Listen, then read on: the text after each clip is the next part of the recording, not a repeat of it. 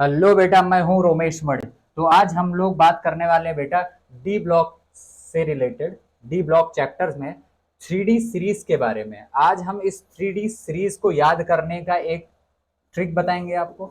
एक ट्रिक बताएंगे three D series को याद करने की ट्रिक। ठीक है बेटा, जो कि एक बहुत ही फनी ट्रिक है। इजी वे में आपको याद हो जाएगा पूरा थ्री डी सीरीज, ये मेरा आपसे प्रॉमिस है। दूसरा, आप इसमें कुछ फैक्चुअल चीजें जानोगे, कुछ फैक्चुअल चीजें जानोगे जो प्रीवियस ईयर आ चुके हैं आपके एग्जाम्स में। ठीक है, तो हम फैक्चुअल चीजें भी आज पढ़ेंगे बहुत सारी, और हम थ्री डी सीरीज की ट्रिक भी सीखेंगे। तो चलिए सीखते हैं। देखिएगा थ्री डी सीरीज की क्या ट्रिक है बेटा। स्कूटी वाली कार में फेंको नहीं कॉपर जिंक। याद हो गया होगा आई होप। स्कूटी वाली स्कूटी वाली कार में फेंको नहीं कॉपर जिंक। ठीक है, अब सीखते हैं कौन कौन सा एलिमेंट है। स्कूटी, स्कू मतलब SC जिसको आप बोलते हो स्कैंडियम, टी TI जिसको आप बोलते हो टाइटेनियम, वाली V vanadium, car CR car, में MN जिसको आप बोलते हो मैग्नीज, फे FE आयरन जिसको बोलते हो, को CO कोबाल्ट, नहीं मतलब नहीं nickel, copper CU, zinc ZN। तो आपको क्या याद हो, स्कूटी वाली कार में फेंको नहीं कॉपर जिंक। फिर से बोलो मेरे साथ, स्कूटी वाली कार में फेंको नहीं कॉपर जिंक। ठीक, मैं रिपीट कर रहा हूं एलिमेंट के name. Scandium, titanium, vanadium, chromium, manganese, iron, cobalt, nickel, copper and zinc. I hope आपको याद हो गया होगा। चलिए इसके एटॉमिक नंबर लिख लेते हैं। स्कैंडियम का एटॉमिक नंबर 21, इसका एटॉमिक नंबर 22, इसका एटॉमिक नंबर 23, इसका एटॉमिक नंबर 24, इसका 25, 26, 27, 28, 29 एंड 30। ठीक है, आपको एटॉमिक नंबर भी मैंने बता दिया। 21 से 30 तक ये कौन सी सीरीज होती है? कौन सी सीरीज बेटा? Three D series, three D series होती है। ठीक, कहां से कहां तक? स्कैंडियम 21 से जिंक 30 तक, ये आपका थ्री डी सीरीज होता है। एक इंफॉर्मेशन और बता दूं, जो थ्री डी सीरीज के एलिमेंट होते हैं वो किस पीरियड से बिलोंग करते हैं? फोर्थ पीरियड से। तो अगर आपको एलिमेंट का नेम याद हो गया तो आप बता सकते हो किस पीरियड से बिलोंग करता है। अगर मैंने आपसे पूछ लिया कॉपर किस पीरियड से बिलोंग करता है, तो आपको पता है ये थ्री डी सीरीज का मेंबर है, तो कहीं ना कहीं किस पीरियड से बिलोंग करेगा? फोर्थ पीरियड से। अगर मैंने बोला वेनेडियम बताइए किस पीरियड से बिलोंग करता है, तो आपको वेनेडियम पता है थ्री डी सीरीज का पार्ट है, तो ये फोर्थ पीरियड से ही बिलोंग करता है। तो चलिए एक एक इंफॉर्मेशन हम लोग देखते हैं। सबसे पहली इंफॉर्मेशन हम किसके बारे में सीखेंगे? सबसे पहली इंफॉर्मेशन हम लोग स्कैंडियम के बारे में सीखेंगे। देखिए स्कैंडियम लिखते हैं। स्कैंडियम, आप लोग बताओ स्कैंडियम के बाद क्या था?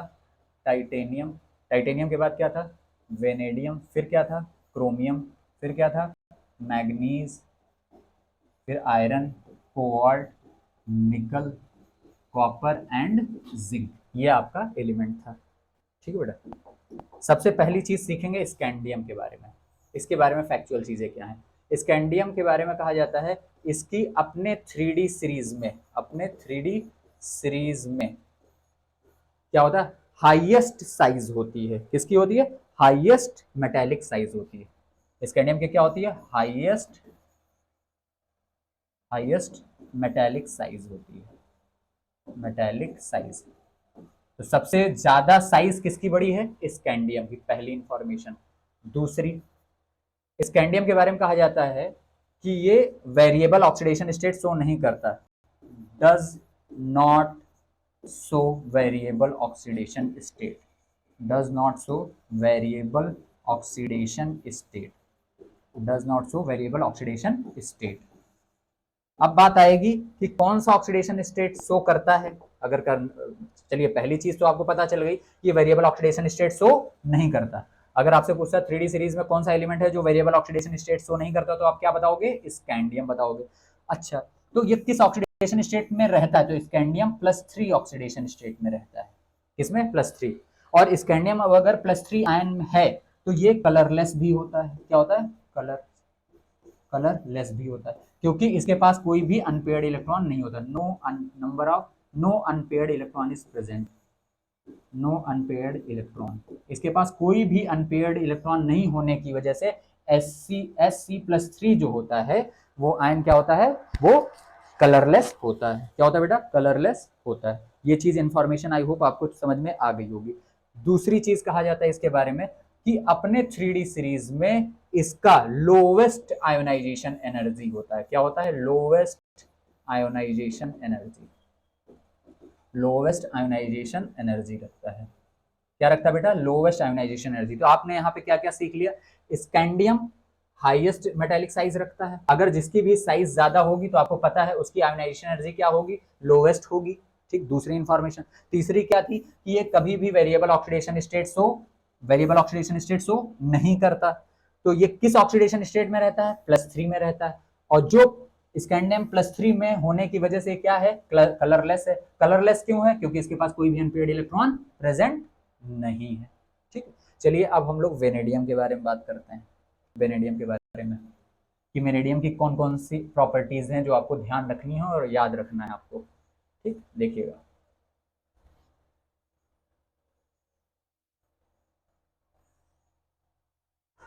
वेनेडियम के बारे में कहा जाता है बेटा, इसका अपने पीरियड में हाईएस्ट एंथैल्पी ऑफ एटमाइजेशन होता है, हाईएस्ट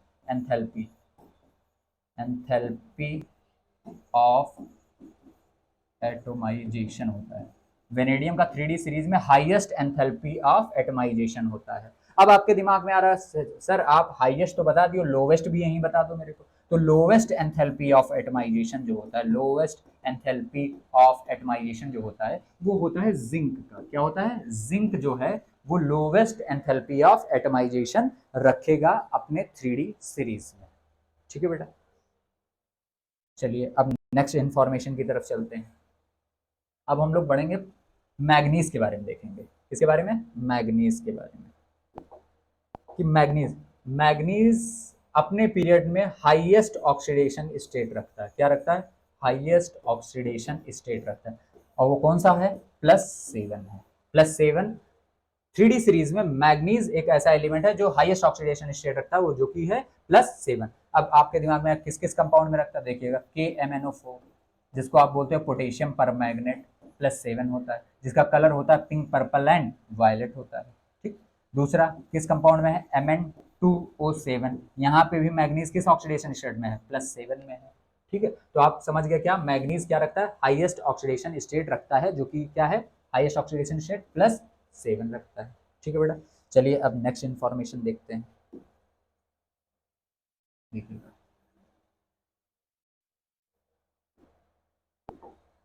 अब आपके सामने आ रहा आयरन कोआल्ट नहीं। ट्रिक क्या है, फेको नहीं, फेको नहीं। ठीक, ये फेको नहीं जो होता है ना बेटा, ये होता है फेरोमैग्नेटिक सब्सटेंस। क्या होता है,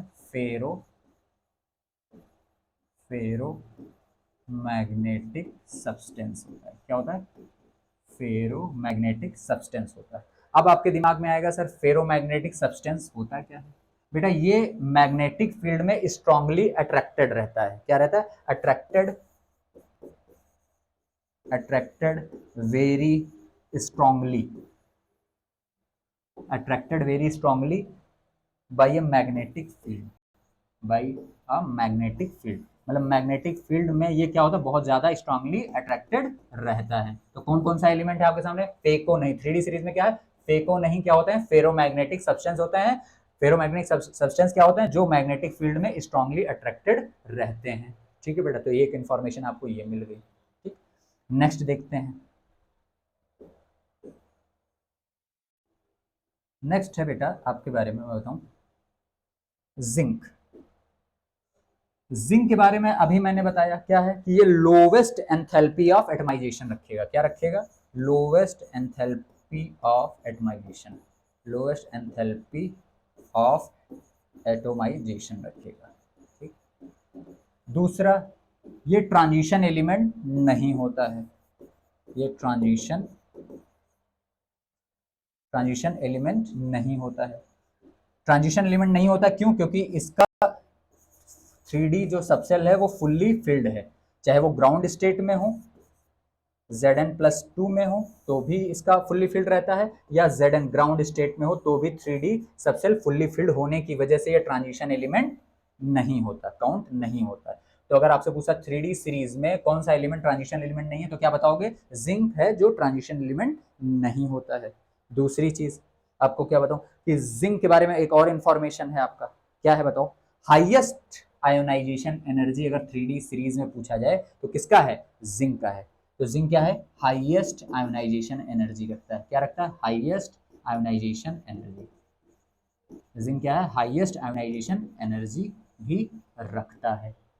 तो जिंक के बारे में 3 आइडिया, क्या क्या बेटा? एक तो ये है zinc lowest enthalpy of atomization है, दूसरा ये ट्रांजिशन एलिमेंट नहीं है, तीसरा क्या है? ये हाईएस्ट आयोनाइजेशन एनर्जी रखता है। क्या रखता है? हाईएस्ट आयोनाइजेशन एनर्जी रखता है। क्लियर बेटा? एक और इंफॉर्मेशन मैं बताऊं आपको जो कि आपके लिए इंपॉर्टेंट भी है, 3D सीरीज में कौन से ऐसे 2 एलिमेंट हैं जो एक्सेप्शनल इलेक्ट्रॉनिक कॉन्फ़िगरेशन रखते हैं, जो नॉर्मल ट्रेंड को, इलेक्ट्रॉनिक कॉन्फ़िगरेशन को फॉलो नहीं करते हैं, एक्सेप्शनल है। तो उसमें सबसे पहला आता है आपका, ध्यान दीजिएगा, क्रोमियम। क्रोमियम और कॉपर, क्रोमियम एंड कॉपर, ये 2 हैं एलिमेंट जो एक्सेप्शनल इलेक्ट्रॉनिक कॉन्फ़िगरेशन रखते हैं। और अगर आप लिखते हो electronic configuration according to n+l rule, according to Aufbau rule, तो होना चाहिए 3D, होना चाहिए क्या? बताइए, आप ही लोग बताइए। 3D 4 और 4s2 होना चाहिए। लेकिन होता क्या है? लेकिन होता क्या बेटा? होता क्या बताइए? 3D 5 और 4s1 ये होता है। ये सही है, ठीक है। 3D 5 4s1 ये होता है। कॉपर के बारे में भी क्या है कि इसका अगर आप n+l के रूल के हिसाब से फिल करोगे तो आपका होगा 3D 9 और 4s2, जो कि ये रॉन्ग है। होता क्या है? होता क्या बेटा इसका? 3D 10 और 4s1 ये होता है इलेक्ट्रॉनिक कॉन्फ़िगरेशन, ठीक, कॉपर का। तो आपको यहाँ से आइडिया लग गया कि क्रोमियम और कॉपर एक्सेप्शनल इलेक्ट्रॉनिक कॉन्फ़िगरेशन रखते हैं। यहाँ पे ये हाफ फिल्ड की वजह से स्टेबल हो गया, और यहाँ पे ये full D subshell fully filled होने की वजह से 3D10 होने की वजह से ये स्टेबल हो गया, ठीक है बेटा। तो आई होप आपको ये इंफॉर्मेशन अच्छी लगी होगी, और ये सब के सब आप point two point note down करते रहें और इसको याद भी करते रहें, ताकि मेन एग्जाम में अगर आपके पास आ गया ऑप्शन के फॉर्म में तो आप देख के कुछ आइडिया लगा सकते हो, या फैक्ट आ गया तो आप वहां पे आंसर दे सकते हो। तो प्लीज अच्छे से पढ़ाई करते रहें। God bless you, all the best.